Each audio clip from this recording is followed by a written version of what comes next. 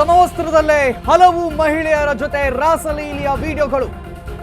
ಒಬ್ಬ ಮಾಡೆಲ್ ಸೇರಿದಂತೆ ಹಲವರ ಜೊತೆ ರಾಸಲೀಲೆಯಂತೆ ತಮ್ಮ ಹುದ್ದೆಯ ಘನತೆಯನ್ನ ಮರೆತು ಕಚೇರಿಯಲ್ಲೇ ರಾಸಲೀಲೆಯನ್ನ ಆಡಿದ್ದಾನೆ. ಡಿಜಿಪಿ ರಾಮಚಂದ್ರ ರಾವ್ ಕಾಮಕಾಂಡ ಬಯಲಾಗ್ತಾ ಇದೆ. ಕಚೇರಿಯಲ್ಲೇ ಕಾಮದಾಟ ಶುರು ಮಾಡಿದ್ರ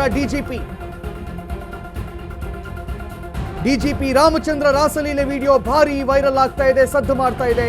ಮಹಿಳೆಯರ ಜೊತೆ ರಾಮಚಂದ್ರ ರಾವ್ ರಾಸಲೀಲೆ ಅಂತೆ. ಡಿಜಿಪಿ ರಾಮಚಂದ್ರ ಸಮವಸ್ತ್ರದಲ್ಲಿದ್ದುಕೊಂಡೇ ಹಲವು ಮಹಿಳೆಯರ ಜೊತೆ ರಾಸಲೀಲೆಯನ್ನಾಡಿದ್ದಾರೆ. ತಾನು ಹಾಕಿರುವಂತ ಯೂನಿಫಾರ್ಮಿಗೆ ಕೂಡ ಬೆಲೆಯನ್ನ ಕೊಡದೆ ತಾನು ಕರ್ತವ್ಯ ನಿರ್ವಹಿಸಬೇಕಾಗಿರುವಂತ ಕಚೇರಿಯಲ್ಲಿಯೇ ಬೇರೆ ಬೇರೆ ಹುಡುಗಿಯರ ಜೊತೆಯಲ್ಲಿ ಮಾಡೆಲ್ಗಳ ಜೊತೆಯಲ್ಲಿ ರಾಸಲೀಲೆ ಆಡಿರುವಂತ ವಿಡಿಯೋ, ಆತನ ಕಾಮಕಾಂಡ ಇದೀಗ ಬಯಲಾಗ್ತಾ ಇದೆ, ಎಲ್ಲಾ ಕಡೆ ಓಡಾಡ್ತಾ ಇದೆ. ಡಿಜಿಪಿ ರಾಮಚಂದ್ರ ನೋಡಿ, ಅದನ್ನು ತೋರ್ಸಕ್ಕೂ ನಮ್ಗೆ ಅಸಹ್ಯ ಅನ್ಸುತ್ತೆ.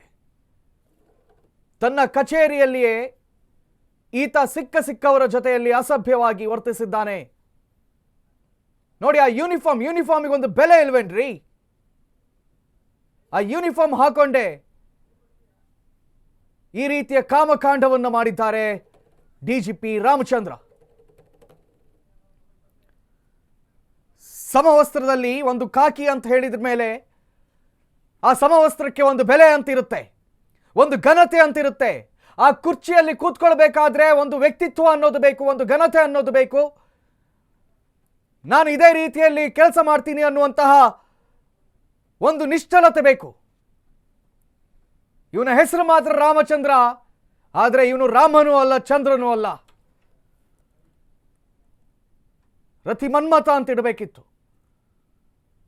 ತನ್ನ ಕಚೇರಿಯಲ್ಲಿಯೇ ಬೇರೆ ಮಹಿಳೆಯರೊಂದಿಗೆ ರಾಸಲೀಲೆ ಆಡ್ತಾ ಇದ್ದಾನೆ.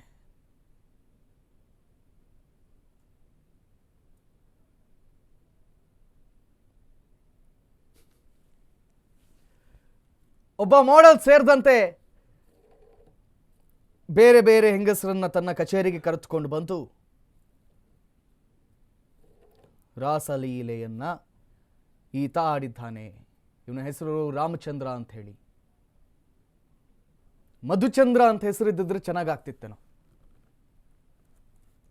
ರಾಮಚಂದ್ರ ಡಿಜಿಪಿ ತನ್ನ ಕರ್ತವ್ಯ ಎಂತಹದ್ದು, ತನ್ನ ಜವಾಬ್ದಾರಿಗಳೇನು, ತಾನು ಏನೇನು ಮಾಡಬೇಕು, ತನ್ನ ಅಂಡರಲ್ಲಿರುವಂಥ ಆಫೀಸರ್ಸ್ಗಳು ಕರೆಕ್ಟಾಗಿ ಕೆಲಸ ಮಾಡ್ತಾ ಇದ್ದಾರಾ, ಇದನ್ನೆಲ್ಲ ನೋಡ್ಕೊಳ್ಳೋಕ್ಕೋಸ್ಕರ, ಕಷ್ಟದಲ್ಲಿರುವವರ ಸಮಸ್ಯೆಗಳನ್ನು ಬಗೆಹರಿಸೋಕ್ಕೋಸ್ಕರ, ಹೆಣ್ಣು ಮಕ್ಕಳಿಗೆ ರಕ್ಷಣೆಯನ್ನು ನೀಡುವುದಕ್ಕೋಸ್ಕರ ಆತನ ಹೆಗಲ ಮೇಲೆ ಸ್ಟಾರ್ಗಳನ್ನು ಹಾಕಿ ಕಾಕಿ ಯೂನಿಫಾರ್ಮ್ ಅನ್ನು ಕೊಟ್ಟರೆ, ಈ ಪುಣ್ಯಾತ್ಮ ಮಾಡ್ತಾ ಇರೋ ಕೆಲಸಗಳನ್ನು ನೋಡಿ ಏನು ಮಾಡ್ತಾ ಇದ್ದಾರೆ ಅಂತ.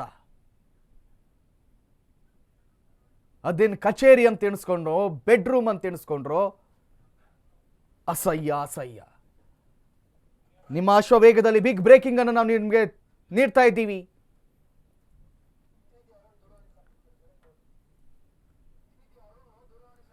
ಇನ್ನು ಈ ವಿಚಾರದ ಕುರಿತಾಗಿ ನಮ್ಮ ಪ್ರತಿನಿಧಿ ಅರುಣ್ ದೂರವಾಣಿ ಸಂಪರ್ಕದಲ್ಲಿದ್ದಾರೆ. ಅರುಣ್, ಎಂತ ಅಸಹ್ಯ ಕೆಲಸ ಇದು! ಒಂದು ಯೂನಿಫಾರ್ಮಿಗೆ ಒಂದು ಘನತೆ ಅಂತಿದೆ, ಒಂದು ವ್ಯಕ್ತಿತ್ವ ಅಂತಿದೆ, ಆ ಕುರ್ಚಿಗೆ ಒಂದು ಘನತೆ ಅಂತಿದೆ, ವೆಯ್ಟೇಜ್ ಇದೆ. ತಾನು ಕಷ್ಟದಲ್ಲಿದ್ದವರಿಗೆ ಸಹಾಯ ಮಾಡೋಕ್ಕೋಸ್ಕರ, ಹೆಣ್ಣು ಮಕ್ಕಳಿಗೆ ಸುರಕ್ಷತೆಯನ್ನು ನೀಡೋದಕ್ಕೋಸ್ಕರ, ವ್ಯವಸ್ಥೆ ಸರಿಯಾಗಿ ನೋಡ್ಕೊಂಡು ಹೋಗೋಕ್ಕೋಸ್ಕರ ಈ ವ್ಯಕ್ತಿಯ ಹೆಗಲಿಗೆ ಸ್ಟಾರ್ಗಳನ್ನು ಕೊಟ್ಟು ಅಲ್ಲಿ ಕುಳಿಸಿದ್ರೆ ಈ ಪುಣ್ಯಾತ್ಮ ಮಾಡ್ತಾ ಇರೋ ಕೆಲಸ ಏನು? ಏನೇನು ಅಪ್ಡೇಟ್ಗಳು ಲಭ್ಯವಾಗ್ತಾ ಇದೆ ಅರುಣ್?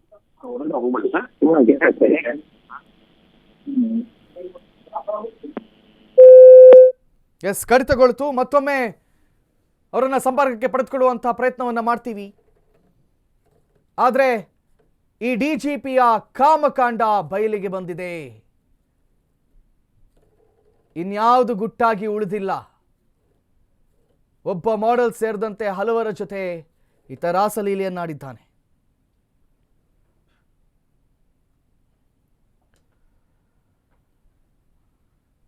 ಡಿಜಿಪಿ ರಾಮಚಂದ್ರ ರಾವ್ ಕಾಮಕಾಂಡ ಬಯಲಾಗ್ತಾ ಇರುವಂಥದ್ದು ನಾವು ನಿಮಗೆ ತೋರಿಸ್ತಾ ಇದ್ದೀವಿ.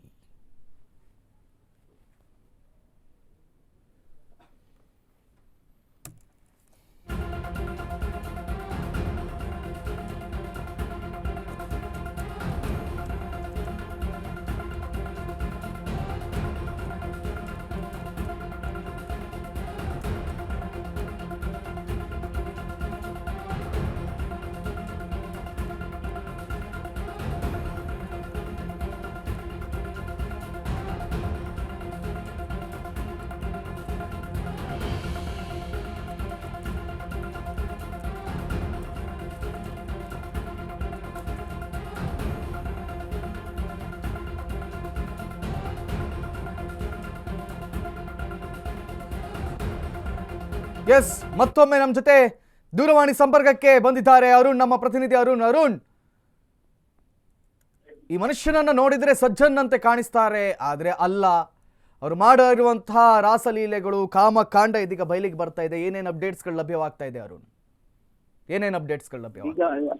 ಏನು ಡಿಜಿಪಿ ರಾಮಚಂದ್ರ ರಾವ್ ಅವರು ಕಚೇರಿಯಲ್ಲಿ ತಮ್ಮ ಒಬ್ಬ ಯುವತಿ ಜೊತೆ ಈ ರೀತಿ ಮಾಡ್ತಾ ಇರುವಂತಹ ವಿಡಿಯೋಗಳು ಇದೀಗ ವೈರಲ್ ಆಗಿರುವಂತದ್ದು. ಆದ್ರೆ ಇದೀಗ ವೈರಲ್ ಆದ ತಕ್ಷಣ ಅವರ ಕಚೇರಿಗೆ ನಾವು ಸಹ ಅವರ ಸಂಪರ್ಕ ಮಾಡಕ್ಕೆ ಬಂದಿದ್ವಿ. ಆದ್ರೆ ಈಗ ಅವ್ರ ಕಚೇರಿಯಿಂದ ತಿಳಿದಿರುವಂತದ್ದು ಮಾಹಿತಿ ಗೊತ್ತಾಗಿರುವಂತದ್ದು ಅಂದ್ರೆ ರಣ್ಯಾರಾವ್ ಮಲನ ತಂದೆ ಆಗಿರುವಂತಹ ಇವರು ಏನೋ ಒಂದು ರಣ್ಯಾರಾವ್ಗೆ ಒಂದು ವಿಶೇಷ ಸೌಲಭ್ಯವನ್ನು ಕೊಟ್ಟು ಏರ್ಪೋರ್ಟ್ ಅಲ್ಲಿ ಏನೋ ಗೋಲ್ಡ್ ಸ್ಮಗ್ಲಿಂಗ್ ಕೇಸನ್ನು ಸಹ ಈಗ ವಿಚಾರಣೆಗೆ ಎದುರಾಗಿ ಆ ಸಂದರ್ಭದಲ್ಲಿ ಸರ್ಕಾರ ಅವರನ್ನು ಅಮಾನತು ಮಾಡಿತ್ತು. ಆನಂತರ ಕಡ್ಡಾಯ ರಜೆ ಮೇಲೆ ಸಹ ಕಳಿಸಿತ್ತು. ಅದಾದ ನಂತರ ಅವರು ಮತ್ತೆ ವಾಪಸ್ ಬಂದು ಡಿಜಿಪಿ ಆಗಿದ್ರು. ಇದೀಗ ನಾಗರಿಕ ಹಕ್ಕು ಜಾರಿ ನಿರ್ದೇಶನಾಲಯ ಏನಿದೆ ಅಲ್ಲಿ ಡಿಜಿಪಿ ಆಗಿರ್ತಾ ಇದ್ರು. ಸೊ ಹಾಗಾಗಿ ಈ ವಿಡಿಯೋಗಳು ಯಾವಾಗ ಆಗಿದೆ ಏನು ಅನ್ನೋದ್ರ ಬಗ್ಗೆ ಇನ್ನಷ್ಟೇ ಸರ್ಕಾರ ಒಂದು ಉನ್ನತ ಮಟ್ಟದ ತನಿಖೆಗೆ ಆದೇಶ ಮಾಡಬೇಕಾಗುತ್ತೆ. ಮತ್ತೆ ಆ ಒಂದು ವಿಡಿಯೋದಲ್ಲಿ ಇರುವಂತಹ ಯುವತಿ ಯಾರು ಅಥವಾ ಕಚೇರಿ ಅವರ ಅಥವಾ ಬೇರೆ ಯಾರಾದ್ರೂ ಹೊರಗಡೆ ಅವರ ಏನು ಅನ್ನೋದ್ರ ಬಗ್ಗೆ ಸಹ ತನಿಖೆಯನ್ನ ಮಾಡಬೇಕಾಗುತ್ತೆ. ಹಾಗಾಗಿ ಈಗ ಸರ್ಕಾರ ಮತ್ತು ಸರ್ಕಾರ ಯಾವ ಮಟ್ಟದಲ್ಲಿ ಇದನ್ನ ಪರಿಗಣನೆ ಮಾಡುತ್ತೆ ಅಥವಾ ಏನಾದ್ರು ಅಲ್ಲಿ ವಿಡಿಯೋದಲ್ಲಿ ಮಹಿಳೆ ಯಾರಿದ್ದಾರೆ ಅಥವಾ ಯುವತಿ ಯಾರಿದ್ದಾರೆ ಅವರೇ ಏನಾದ್ರು ಬಂದು ದೂರನ್ನ ಕೊಡ್ತಾರ ಏನು ಅನ್ನೋದ್ರ ಬಗ್ಗೆ ಸದ್ಯಕ್ಕೆ ಕಾದ್ ನೋಡ್ಬೇಕಾಗುತ್ತೆ. ಆದ್ರೆ ಈ ರೀತಿ ಹಿರಿಯ ಪೊಲೀಸ್ ಅಧಿಕಾರಿಯೊಬ್ಬರೇ ತಮ್ಮ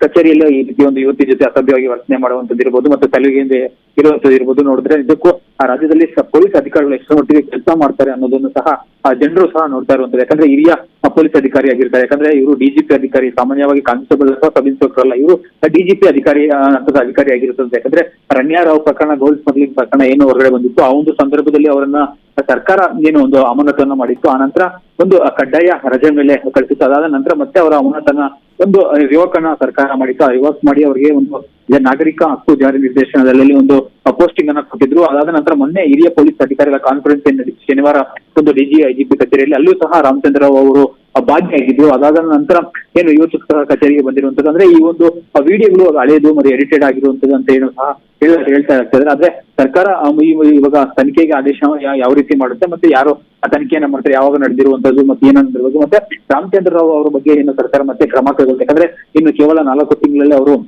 ನಿವೃತ್ತಿಯನ್ನ ಆಗ್ಬೇಕಾಗಿರುವಂತದ್ದು. 4 ತಿಂಗಳಲ್ಲಿ ನಿವೃತ್ತಿ ಆಗ್ತಾ ಇದ್ರು. ಆದ್ರೆ ಈಗ ವಿಡಿಯೋಗಳು ವೈರಲ್ ಆಗಿರುವಂತದ್ದು, ಸಾಮಾಜಿಕ ಜಾಲತಾಣ ಇರ್ಬೋದು ವೈರಲ್ ಆಗಿರುವಂತದ್ದು. ಈಗ ಮುಂದಿನ ದಿನಗಳಲ್ಲಿ ಸರ್ಕಾರ ಇದ್ರ ಬಗ್ಗೆ ಯಾವ ರೀತಿ ಕ್ರಮ ಕೈಗೊಳ್ಳುತ್ತೆ ಅನ್ನೋದನ್ನ ಕಾದು ನೋಡ್ಬೇಕಾಗುತ್ತೆ. ಕಾರ್ತಿಕ್, ಥ್ಯಾಂಕ್ ಯು ಅರುಣ್ ತಮ್ಮೆಲ್ಲ ಮಾಹಿತಿಗಳಿಗಾಗಿ. ಇದ್ಯಾಕೋ ಎಡಿಟ್ ಆದಂಗಂತೂ ಕಾಣಿಸ್ತಾ